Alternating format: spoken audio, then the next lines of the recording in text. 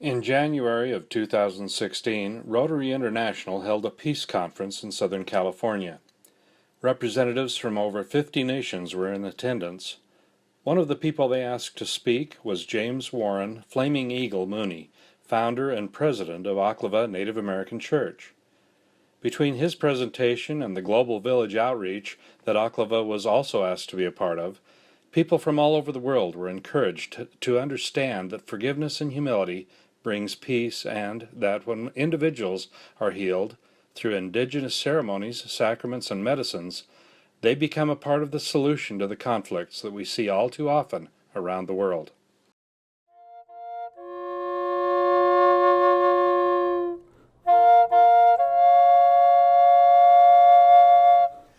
In 1918, the influencers to the Native American culture petitioned Congress through the Bureau of Indian Affairs to outlaw the entire American Native culture. This law actually passed the House of Representatives. And then the Senate used my great-grandfather's words in front of Congress, and the Senate killed the bill. My grandfather then went to the Native American culture, or medicine people, in Oklahoma. And he said, this is not going to stop these people. They're going to outlaw and stifle your entire culture. Now, mind you, this is 1918. And within the past 100 years of this, there are three things that have been perpetrated upon the American Native culture. One was an outward, unabashed attempt to eradicate the entire American Native culture by killing them. So it's true. As I said to you, I am a descendant of Osceola. Well, the direct descendant of Osceola, he had a few wives, two. And one of them happened to be an escaped slave. And his mother, after he died in prison on the East Coast, his family, his daughters, two daughters, and his wives and his mother were placed on a ship that sailed around Florida, came up to the Mississippi River, and placed on the Trail of Tears. Upon the journey of the Trail of Tears, I want to interrupt that thought for a moment. How many people heard the flute of Amazing Grace? Mm-hmm. That tune is the most sacred, endeared piece of music for the East Coast, Eastern Indians. Because that harmony, that music, that song was what the people on the Trail of Tears believe that sustained them to be able to endure the Trail of Tears going into Oklahoma. It's very touching to me every time I hear it. And then when I used to do ceremonies on a regular basis, which I don't do that now anymore, that song was always sung because of the meaning that it has. Anyway, my ancestors were placed on the Trail of Tears, and they traveled and they escaped off the Trail of Tears. That's what they did. And this was a very difficult thing because there was a there was a policy of the United States government to gather all Indians and put them on reservations. Whereupon, on these reservations, they were fed or given smallpox infested blankets. More Native American people died on the tribal lands than they were by the guns when they were off Indian reservations.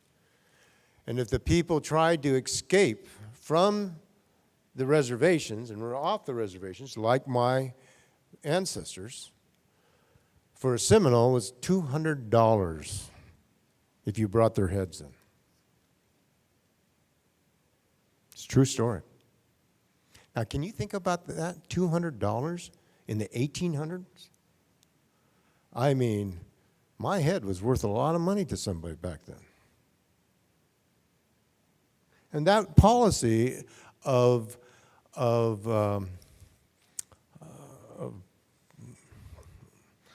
dispensing of Indians and with a bounty on their heads went all the way to California. It was all over the country. Now, I bring these things up, not with any anger.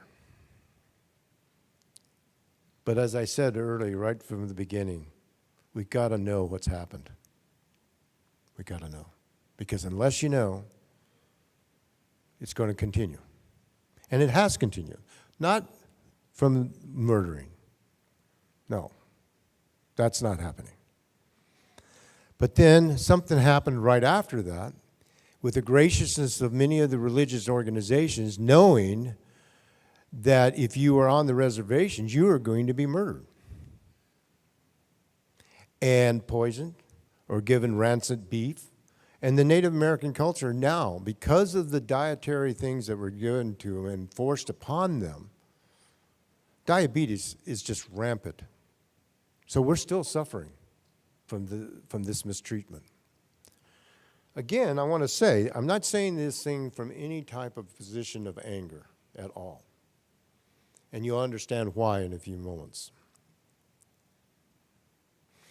But because of this atrocities that were being perpetrated on the Indian reservations,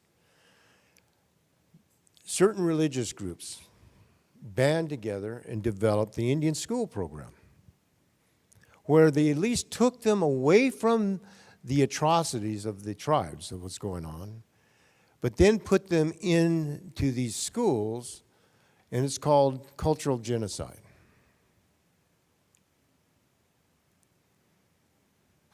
Where if you spoke your own language or honored your heritage, man, it didn't go good for them. And some of my elders and friends and companions, they can still, tears come to their eyes of what had happened to them. Well, in 1890, something happened. Something happened. And what happened, how many people are aware of an incident called Wounded Knee Massacre? Good. Well, in 1890, December the 30th, there was about 300 or 400 Native American people that were gathered because they had escaped off of the Indian reservations and were told, if you come back on the Indian reservations, we won't kill you.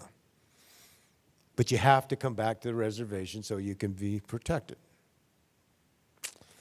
Well, that was kind of not a good thing, because what happened is now they had them all together under one place in Wounded Knee, and they pulled out their Hotchkins machine guns and murdered grandparents, babies, women, and children.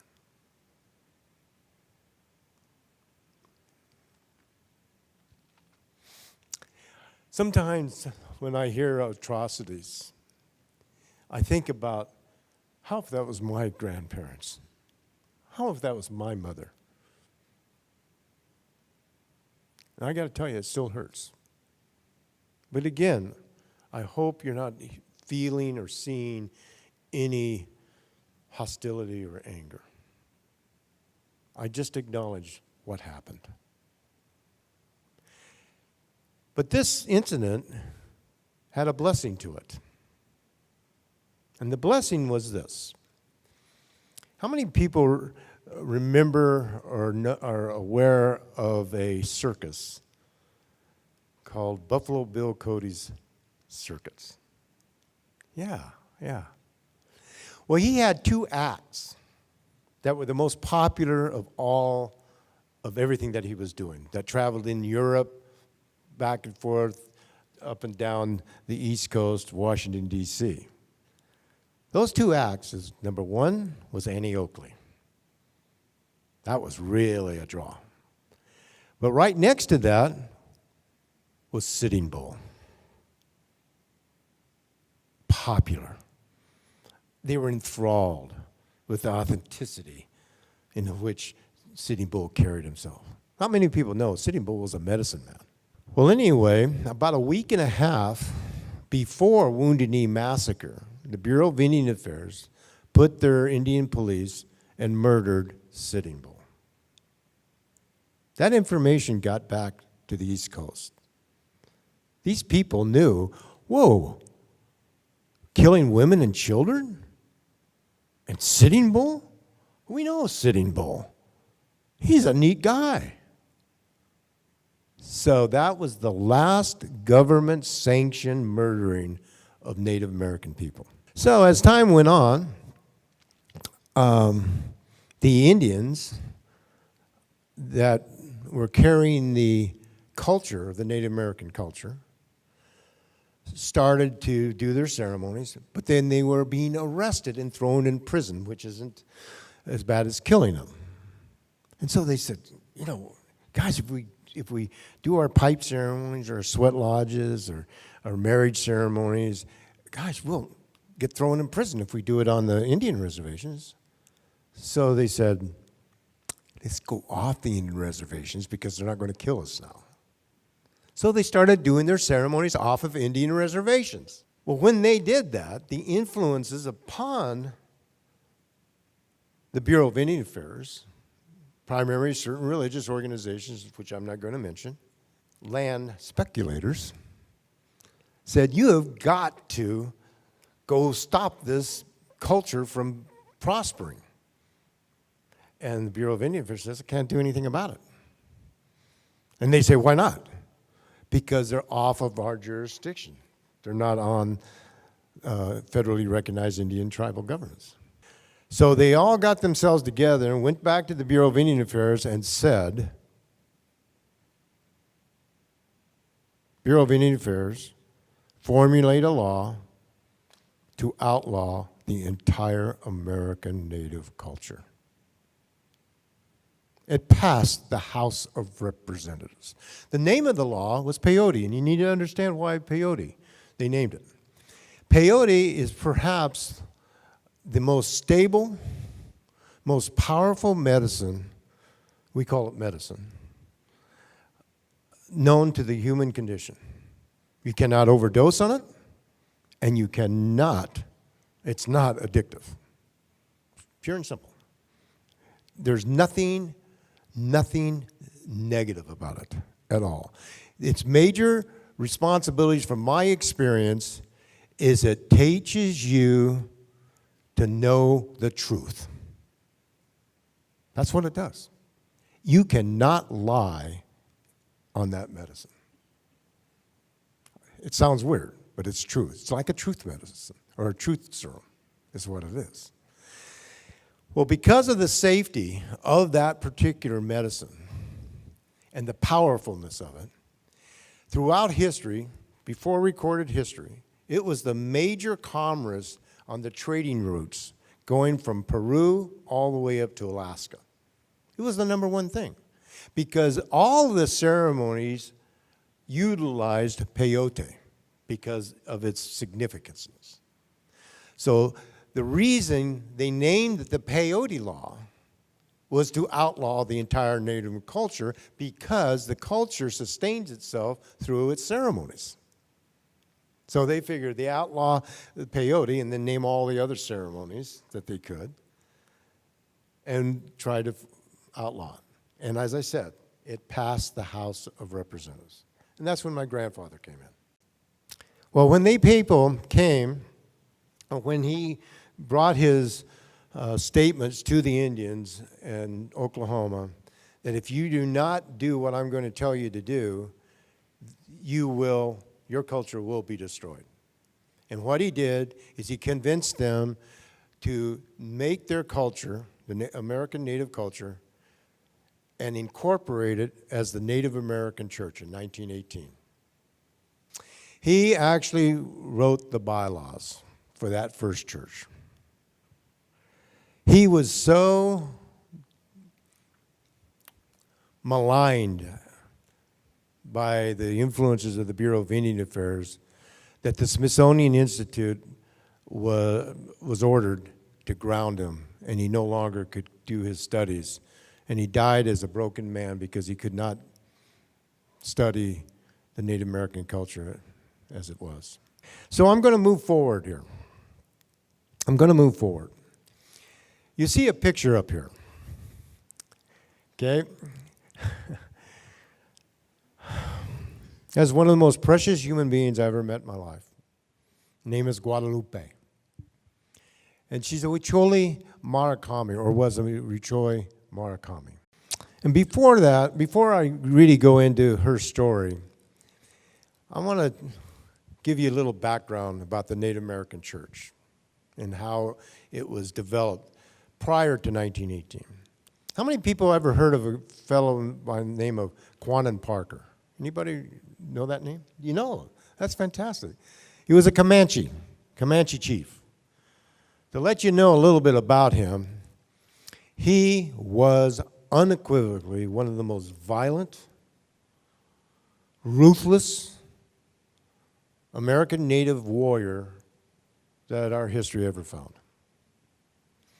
You did not want to be captured by him if you're a Mexican or an American. But he was just brutal.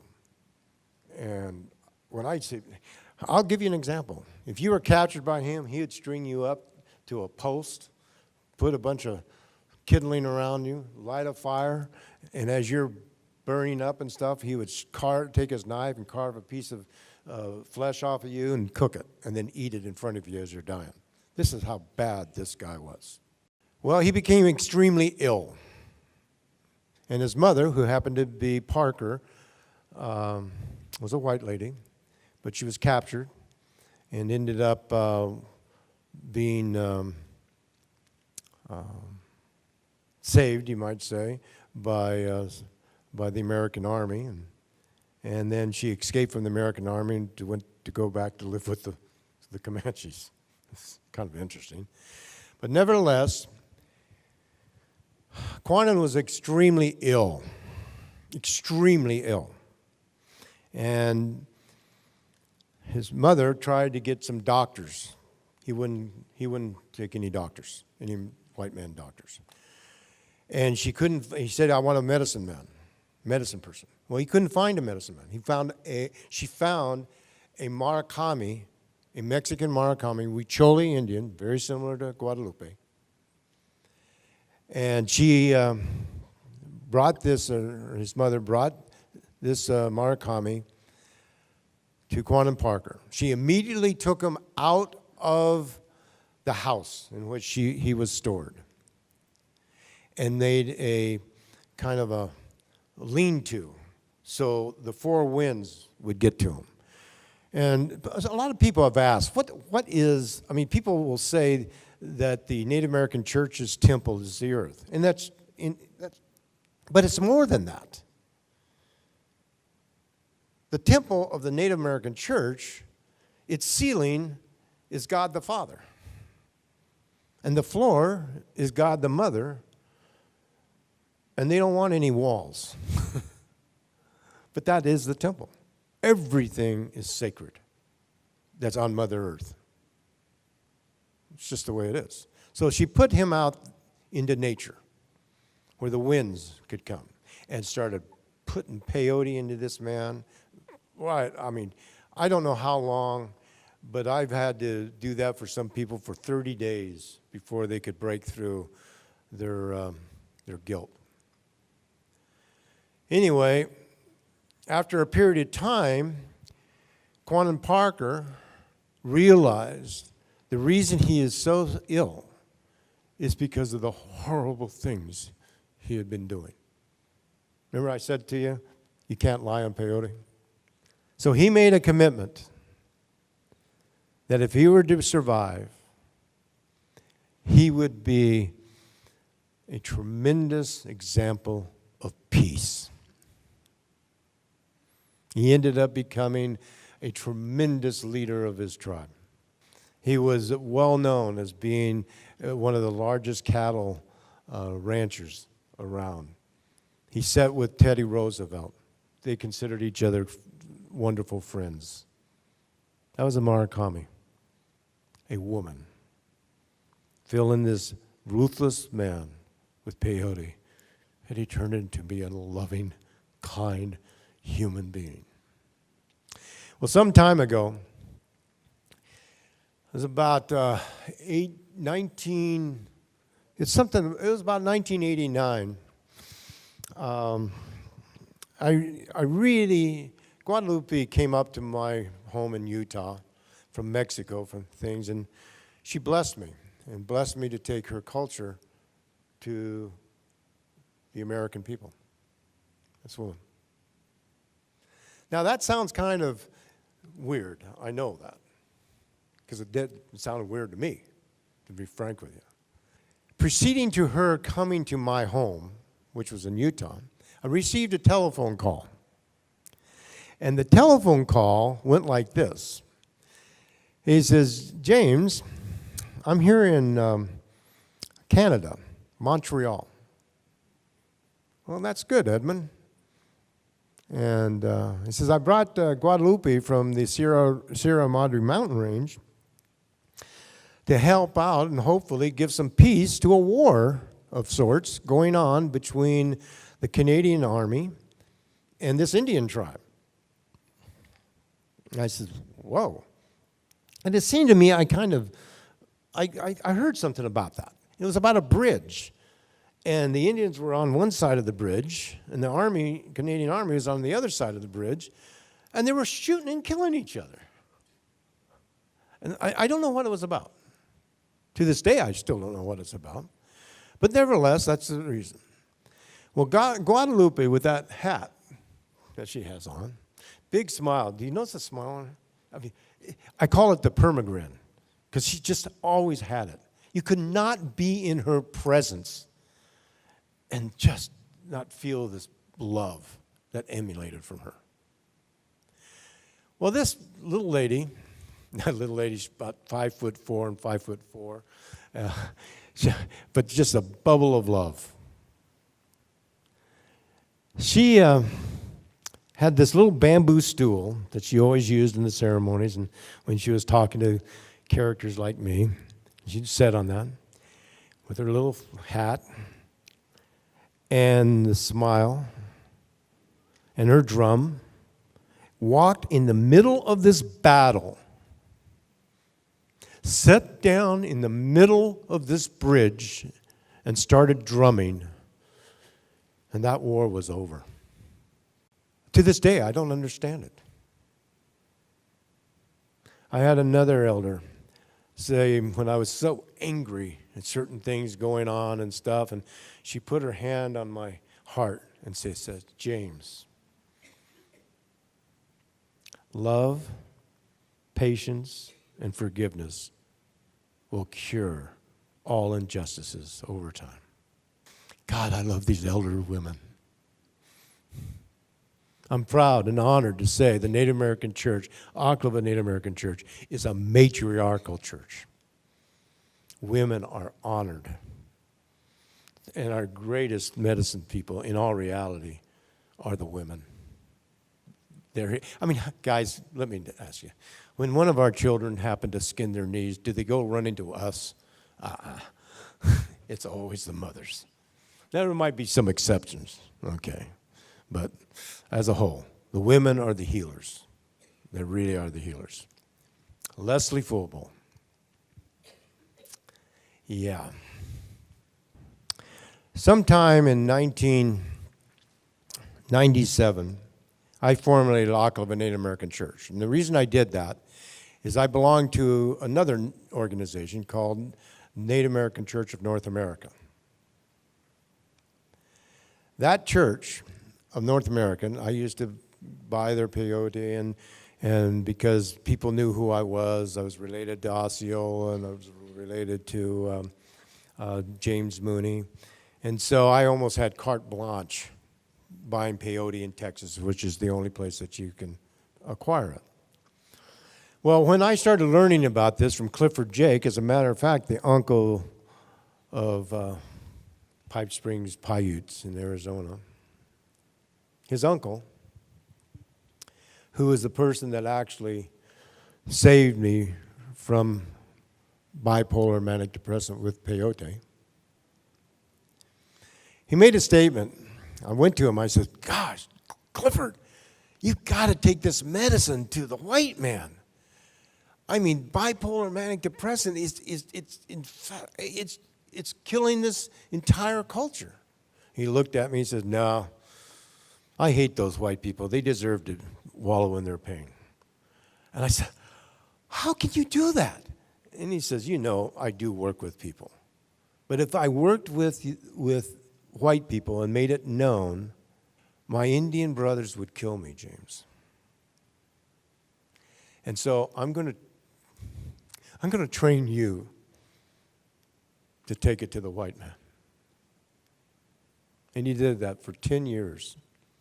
And then finally gifted me, a few weeks before he passed over, his cedar bag. And that may not mean very much to most of you, but that means I'm transferring you the authority to represent my medicine.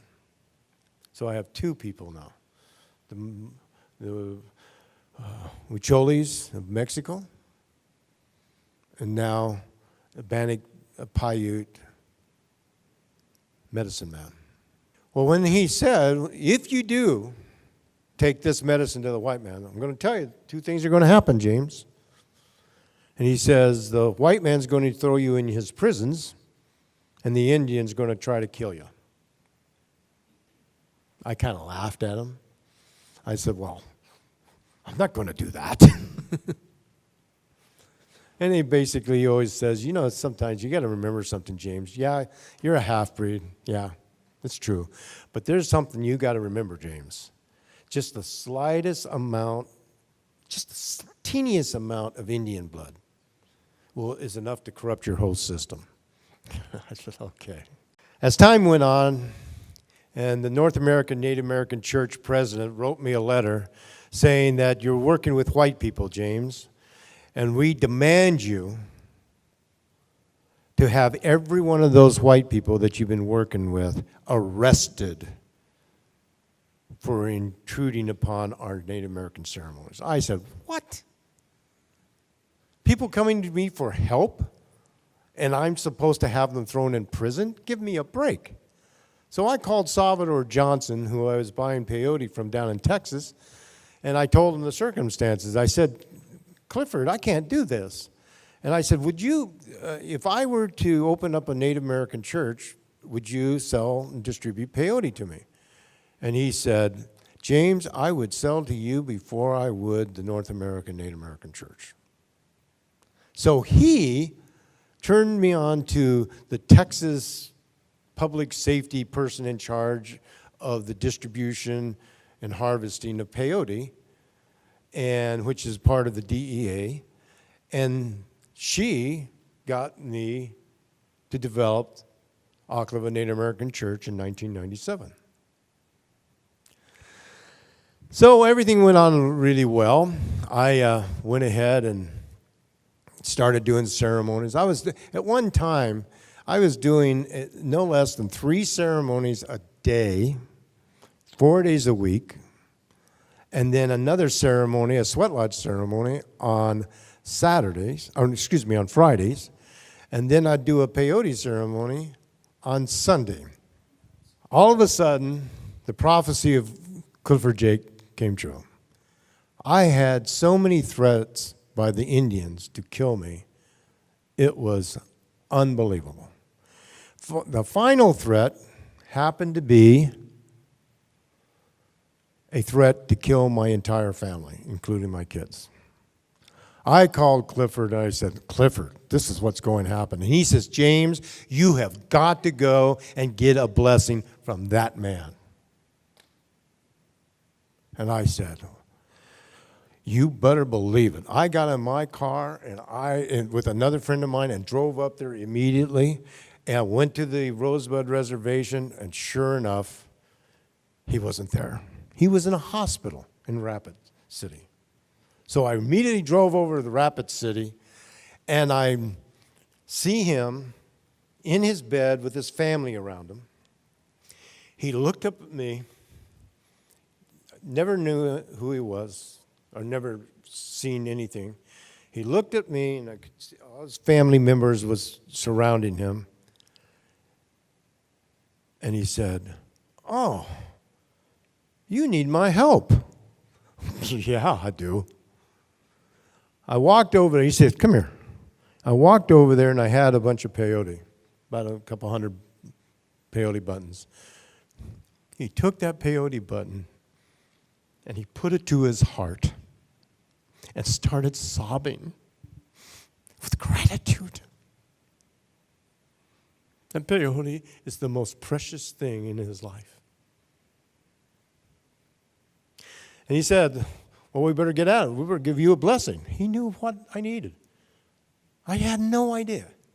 Never met him before. Never met me. And he said this blessing in his language, Lakota Sioux. And he said, you didn't understand a word I said, did you, James? I said, no.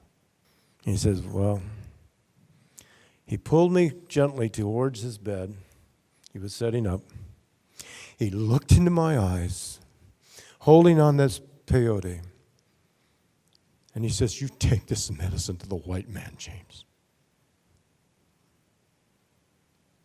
The very people